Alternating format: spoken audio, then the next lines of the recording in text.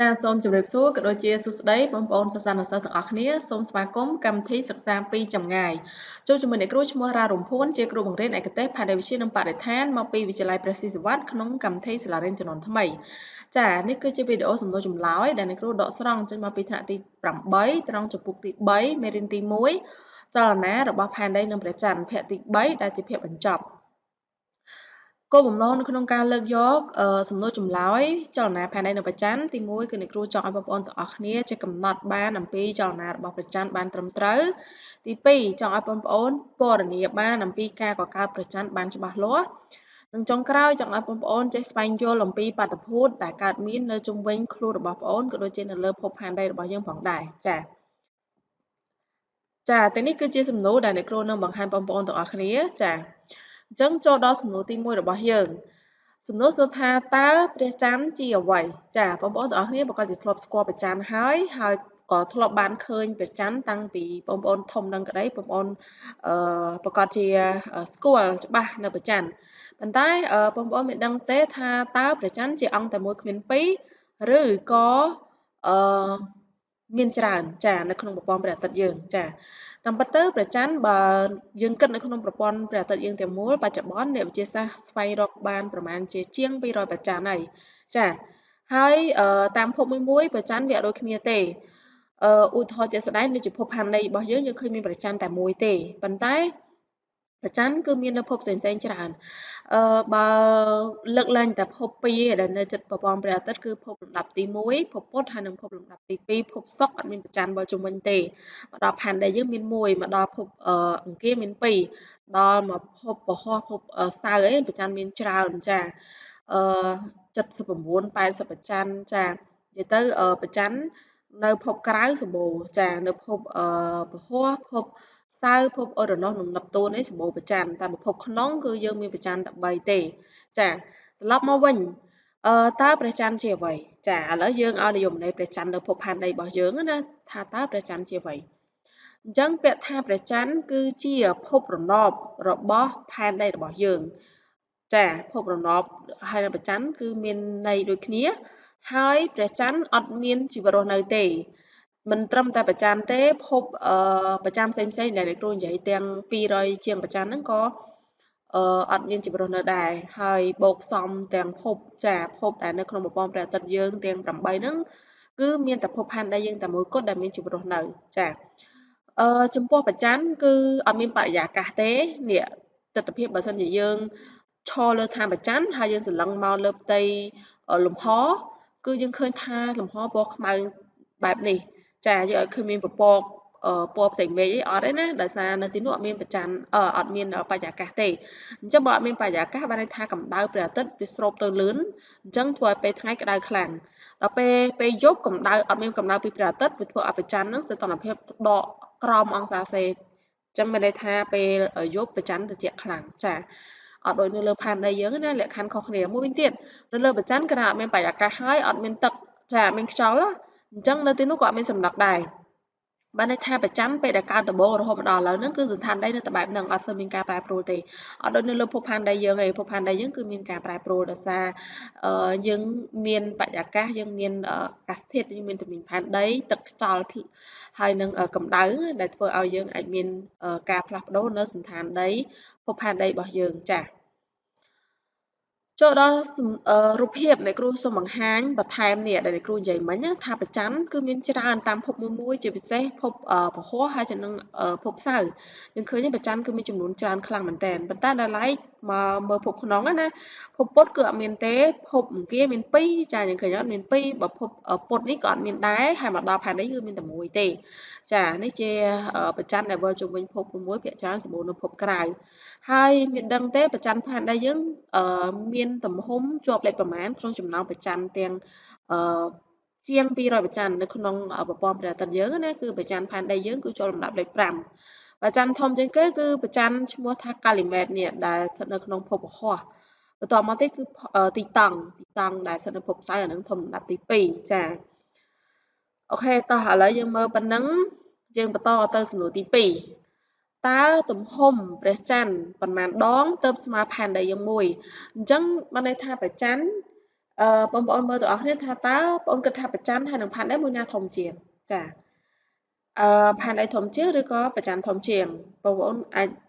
គិតចម្លើយបានអ្នកគ្រូគិតថាបងប្អូនគាត់ជាអាចយល់អញ្ចឹងចម្លើយរបស់យើងគឺ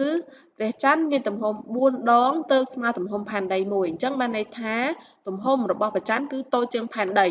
ចាតើតព្រះច័ន្ទបូកផ្សំចូលគ្នាចំនួន4ដងទៅស្មើនឹងទំហំផែនដីយើងមួយចានេះព្រះច័ន្ទត្រូវបានគេឲ្យឈ្មោះថាគឺជាអ្នក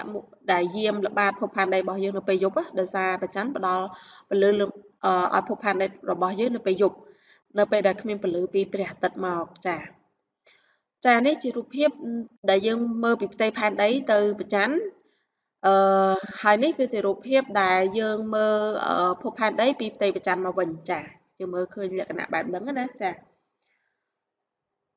បន្តចូលដល់សំណួរទី3តើចម្ងាយជាមធ្យមពីផែនដីទៅព្រះអាទិត្យសំទោសទៅព្រះច័ន្ទប៉ុន្មានគីឡូម៉ែត្រចាអញ្ចឹងឥឡូវយើងមកមើលចម្ងាយទាំងអស់គ្នាថាតើពីផែនដីទៅព្រះច័ន្ទមានចម្ងាយជាមធ្យមប៉ុន្មានគីឡូម៉ែត្រចានេះខ្ញុំប្រើពាក្យជាមធ្យមទាំងអស់គ្នាដោយសារផែនដីព្រះច័ន្ទធ្វើចលនាជុំវិញផែនដីមួយជុំហ្នឹងគឺកន្លងរបស់វារាងពងក្រពើហើយយើងដឹងដែរដោយការយើងរៀនផែនដីកន្លងរបស់ផែនដីជុំវិញព្រះអាទិត្យក៏រាងពងក្រពើដែរដែលជាមូលហេតុធ្វើឲ្យចម្ងាយ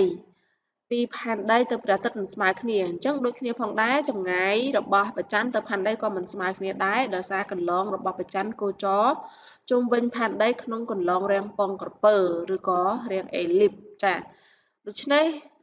ទីនេះយើងចង់សួរចម្ងាយជាមធ្យមចាចម្ងាយជាមធ្យមពីផែនដីទៅព្រះច័ន្ទគឺ385,000គីឡូម៉ែត្រចានេះចម្ងាយជាមធ្យមណាប៉ុន្តែបើចម្ងាយជិតបំផុតចាបើកន្លងពងក្រពើគឺបានន័យថាមានចម្ងាយជិតចម្ងាយឆ្ងាយអញ្ចឹងអាជិតបំផុតហ្នឹងគឺ350,000គីឡូម៉ែត្រចាហើយនឹងឆ្ងាយបំផុតគឺអាចចូលរហូតដល់400,000គីឡូម៉ែត្រចាអានេះឆ្ងាយបំផុតបើឆ្ងាយបំផុតបានន័យថាយើងមើលឃើញព្រះច័ន្ទរាងតូចហើយបើជិតបំផុតយើងមើលឃើញព្រះច័ន្ទរាងធំហើយមួយទៀតបើសិនជាកន្លងរបស់ព្រះច័ន្ទជុំវិញព្រះអាទិត្យរបស់យើងក្នុងកន្លងរាងមូលនោះចម្ងាយជាមធ្យមពីផែនដីទៅព្រះអាទិត្យនឹងស្មើគ្នាហើយអត់មានជិតអត់មានឆ្ងាយទេចាអញ្ចឹងព្រះច័ន្ទគឺជាអង្គមួយដែលមនុស្សយើងធ្លាប់បានទៅដល់ចាហើយដូចជាបេសកកម្មហ្នឹងជាង11លើក10ដងហើយចាជាង10ដងឬក៏ប្រហែលជា11 12ដងហើយដែលមនុស្សជាតិយើងបានទៅចុះចតនៅឋានព្រះច័ន្ទអញ្ចឹងនៅពេលដែលមនុស្សនៅលើផែនដីយើងប្រើអប៉ូឡូជិះឬក៏យានជិះពីផ្ទៃផែនដីទៅដល់ព្រះច័ន្ទណាគឺគាត់ប្រើពេល3ថ្ងៃជិះទៅដល់ហើយចា3ថ្ងៃទៅ3ថ្ងៃមកចាចូលដល់សំណួរទី4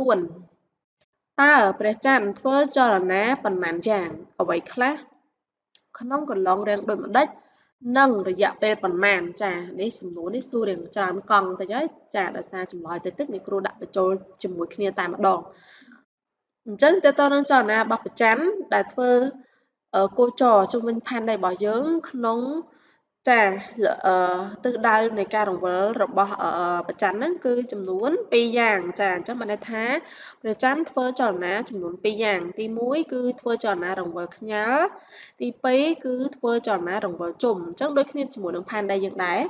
ផែនដីយើងក៏មានចលនាពីរដែរគឺរង្វិលខ្ញាល់និងរង្វិលជុំជាទូទៅរង្វិលខ្ញាល់ត្រូវបានគេគិតថាវាស្មើនឹងមួយថ្ងៃនៅលើភពផែនដីហើយរង្វិលជុំវាស្មើនឹងមួយឆ្នាំនៅលើភពផែនដីអញ្ចឹងរង្វិលខ្ញាល់របស់ព្រះច័ន្ទគឺបានន័យថាព្រះច័ន្ទវាធ្វើចលនាជុំវិញខ្លួនឯងមួយជុំ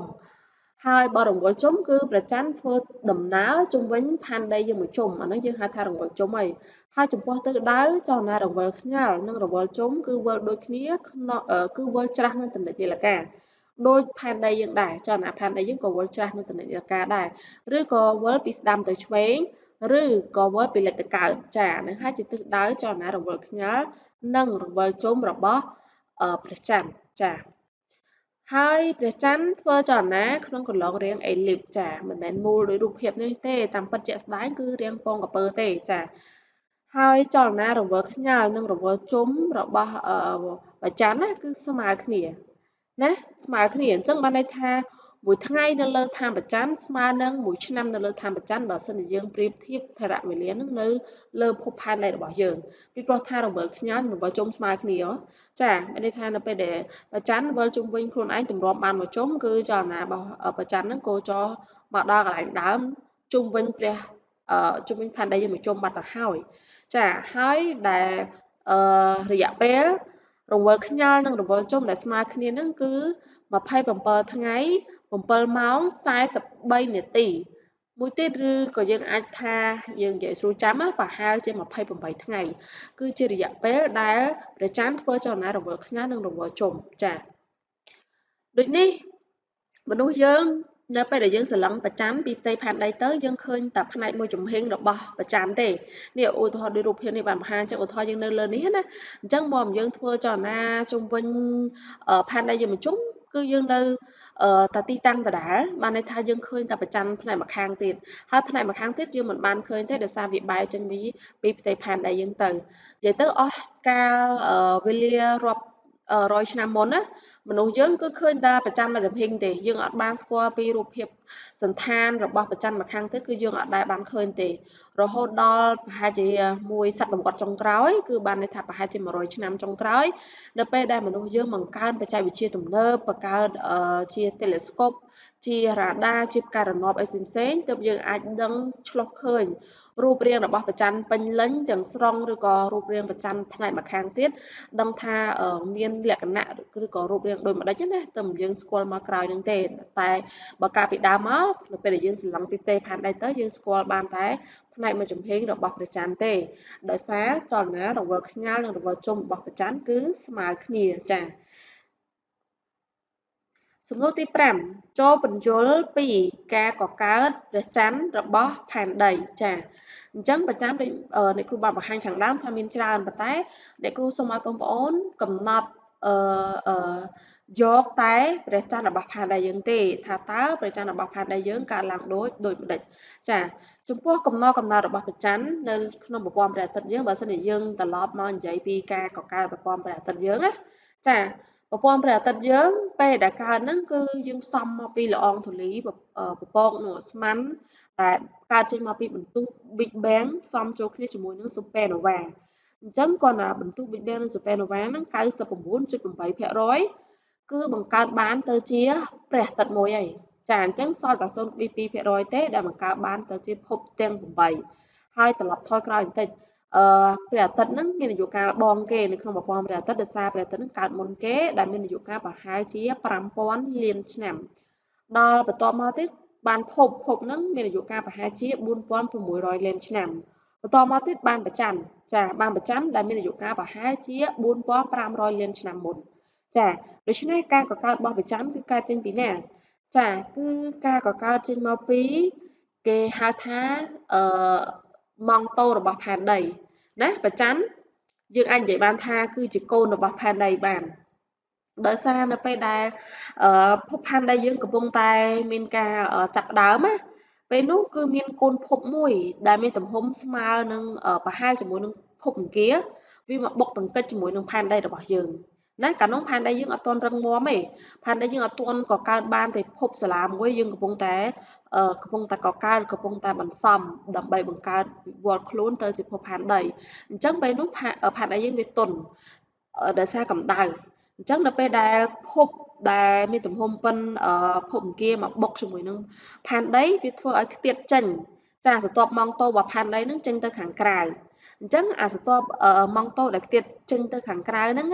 វាមិនសមបង្កើតបានទៅជាព្រះច័ន្ទរបស់ភពផែនដីចាដូច្នេះហើយបានជាគេនិយាយថាព្រះច័ន្ទរបស់ផែនដីគឺជាកូនរបស់ផែនដីនឹងឯងដែលកើតចេញមកពីស្រទាប់ម៉ង់តូរបស់ផែនដីចាអញ្ចឹងនេះដំណាក់កាលនៃការកកើតព្រះច័ន្ទរបស់ផែនដីយើងគឺមាន3ធំទី1គឺការប៉ះទង្គិចដែលគ្រូបាននិយាយមិញហ្នឹងណាចាគឺដោយសារពេលដែលផែនដីកើតដំបូងប្រហែលជា4600លានឆ្នាំមុនហ្នឹងគឺមានអង្គធំមួយមកបុកទង្គិចជាមួយនឹងផែនដីដែលផែនដីយើងអត់ទាន់កករឹងទេហើយធ្វើឲ្យម៉ង់តូនឹងខ្ទាតចេញហ្នឹងដំណាក់កាលទី1ដំណាក់កាលទី2គឺការខ្ទាតចេញការខ្ទាតចេញហ្នឹងគឺវាចាប់ផ្ដើមពីកំទេចកំទីតូចៗហ្នឹងវាចាប់ផ្ដើមធ្វើចលនារត់ទៅរកគ្នាផ្ដុំគ្នាក្នុងរយៈពេលលឿនមែនទែនតែ2-3ម៉ោងទេចាតែ2-3ម៉ោងទេបន្ទាប់ពីការទង្គិចគ្នាអាកំទេច កំទីដែលបុកទៀតចេញមកហ្នឹងនេះវាចាប់ផ្ដើមប្រមូលផ្ដុំគ្នាបន្ទាប់មកចូលដល់ដំណាក់កាលទី3ដែលយើងហៅថាការកកើតចាការកកើតនេះគឺវាកើតមានបន្ទាប់ពីការបុកនឹងកិច្ចរូបធាតុដែលខ្ទាតចេញហ្នឹងវាចាប់ផ្ដើមប្រមូលផ្ដុំគ្នាបង្កើតបានទៅជាប្រច័ណ្ឌភ្លាមនឹងឯងអាហ្នឹងហើយដែលយើងហៅថាគឺជាកំណកំណើតរបស់ប្រច័ណ្ឌរបស់ផែនដីរបស់យើងដែលមាន3ដំណាក់កាលទី1គឺការបុកទង្គិចទី2គឺការខ្ទាតចេញនិងទី3គឺការកកើតចា៎អូខេចូលដល់សំណួរទី6ចូលពណ៌នាអំពីលក្ខណៈទូទៅរបស់ព្រះច័ន្ទនៃភពផែនដីរបស់យើងអញ្ចឹងអានេះជាព័ត៌មានសង្ខេបមួយដែលបងប្អូនអាចយកទៅកត់ត្រាទុកនៅក្នុងសៀវភៅបានពីព្រោះថាតន្ន័យទាំងអស់នេះគឺសំខាន់ណាស់ដែលយើងដឹងអំពីលក្ខណៈទូទៅរបស់ព្រះច័ន្ទរបស់ផែនដីរបស់យើងចាអញ្ចឹងព្រះច័ន្ទគឺជាភពរណបចារបស់ផែនដីដែលមានជីវិតរស់នៅទេហើយដែលចលនារង្វិលខ្ញាល់និងរង្វិលជុំរបស់ព្រះច័ន្ទនឹងគឺស្មើគ្នាតែម្ដងគឺមានរយៈពេលប្រហែលជា28ថ្ងៃប៉ុន្តែពេលវេលាពិតប្រាកដនោះគឺ27ថ្ងៃចា7ម៉ោងនិង43នាទីអញ្ចឹង43នាទីវាប្រហែល1ម៉ោងអញ្ចឹងយើងអាចបូកជាមួយនឹង7ម៉ោងស្មើនឹង8ម៉ោងបានអញ្ចឹង27ថ្ងៃ8ម៉ោងហើយមួយទៀតបើយើងឲ្យងាយស្រួលចំណាំគឺយើងអាចនិយាយបានថាប្រហែល28ថ្ងៃបានដែរចា៎ចំពោះអង្កត់ផ្ចិតប្រចាំរបស់យើងគឺ3476គីឡូម៉ែត្រចា៎ហើយបើចម្ងាយវិញគឺចម្ងាយពីព្រះច័ន្ទទៅផែនដីយើងមិនស្មើគ្នាទេដោយសារកន្លងរបស់ព្រះច័ន្ទវិលជុំវិញផែនដីគឺរាងពងក្រពើដូច្នេះហើយធ្វើឲ្យមានចម្ងាយជិតបំផុតអឺ300ចាប្រហែលជា300ជាង300ជាងពាន់គីឡូឯងចាបើឆ្ងាយបំផុតគឺចូល400ចា400ពាន់គីឡូហើយបើជាមធ្យមនេះគឺ385ពាន់គីឡូម៉ែត្រចាហើយចំពោះសីតុណ្ហភាពនៅលើភពព្រះច័ន្ទណាគឺវាមានការប្រែប្រួលខ្លាំងមែនទែនដោយសារនៅទីនោះគឺអត់មានស្រទាប់បរិយាកាសអញ្ចឹងពេលថ្ងៃគឺកម្ដៅចូលមកទាំងស្រុងតែម្ដងដោយសារមានស្រទាប់បរិយាកាសជួយការពារណាដល់ពេលកម្ដៅចូលមកទាំងស្រុងវាធ្វើឲ្យពេលថ្ងៃនៅលើឋានព្រះច័ន្ទកម្ដៅរហូតដល់ទៅ134អង្សាសេចាគឺខ្ពស់ខ្លាំងមែនទែនដល់ពេលយប់អត់មានកម្ដៅពីព្រះអាទិត្យសីតុណ្ហភាពធ្លាក់ចុះមកយ៉ាងគំហុកតែម្ដងរហូតដល់ក្រោម0អង្សាសេចាគឺដក170អង្សាសេគឺត្រជាក់ខ្លាំងមែនទែនចាមួយទៀតកម្លាំងទំនាញរបស់ព្រះច័ន្ទកម្លាំងទំនាញរបស់ព្រះច័ន្ទគឺកម្លាំងទំនាញផ្ទៃលើហ្នឹងគឺស្មើនឹង17%នៃទំនាញរបស់ផែនដីដោយសារទំហំរបស់ព្រះច័ន្ទតូចបងប្អូនកម្លាំងទំនាញវាតកតងនឹងទំហំបើសិនជាទំហំវាតកតងនឹងចម្ងាយឯដែរចាបើសិនជាទំហំវាកាន់តែធំកម្លាំងទំនាញក៏កាន់តែខ្លាំងហើយបើសិនជាទំហំវាតូចកម្លាំងទំនាញរបស់វាក៏ខ្សោយតាមនឹងទៅអញ្ចឹងបានន័យថាកម្លាំងទំនាញរបស់ព្រះច័ន្ទគឺខ្សោយជាងផែនដីដោយសារព្រះច័ន្ទតូចជាងផែនដីរបស់យើងចាព្រះច័ន្ទ4ដងអត់ស្មើផែនដីយើងមួយចាហើយចំពោះផ្ទៃកន្លាព្រះច័ន្ទគឺមាន3,794,300គីឡូម៉ែត្រការ៉េចានេះគឺជាផ្ទៃកន្លារបស់ព្រះច័ន្ទហើយព្រះច័ន្ទគឺមនុស្សយើងធ្លាប់មានបេសកកម្មបានទៅដល់ហើយដែលទៅដល់ជោគជ័យដំបូងគេហ្នឹងគឺនៅឆ្នាំ1969ដែលជាបេសកកម្មរបស់សហរដ្ឋអាមេរិកណាចាខាងសហរដ្ឋអាមេរិកគឺបានទៅដល់មុនគេហើយមនុស្សជាតិយើងអ្នកដែលជាន់លើឋានព្រះច័ន្ទមុនគេគឺលោក Neil Armstrong ចាកាលពេលទៅអ្នកទៅតែ3នាក់ឯងទៅជោគជ័យបានមកវិញត្រឡប់មកលើភពផែនដីយើងមានជីវិតរស់រានប៉ុន្តែមុននឹងអាមេរិកមានបេសកកម្មចេញទៅនឹងក៏មានរុស្ស៊ីទៅមុននឹងដែរចាបេសកកម្មរុស្ស៊ីនឹងគឺធ្វើការរុករកលំហចូលទៅក្នុងឋានព្រះច័ន្ទនឹងមុនដំបូងគេប៉ុន្តែការរុករករបស់គាត់នឹងគឺទទួលបានបរាជ័យចាបើដល់អាមេរិកនឹងទៅក្រោយប៉ុន្តែទៅបានជោគជ័យតែម្ដងចាអូខេនេះគឺជាព័ត៌មានសំខាន់ទូទៅដែលយើងពណ៌នាសង្ខេបអំពីលក្ខណៈរបស់ព្រះច័ន្ទចាដែលព្រះច័ន្ទយើងដឹងថាមិនមែនតែមានតែមួយទេព្រះច័ន្ទគឺមានច្រើននៅក្នុងប្រព័ន្ធព្រះអាទិត្យយើងបច្ចុប្បន្នដូចជារកឃើញប្រហែលជា214ព្រះច័ន្ទហើយចា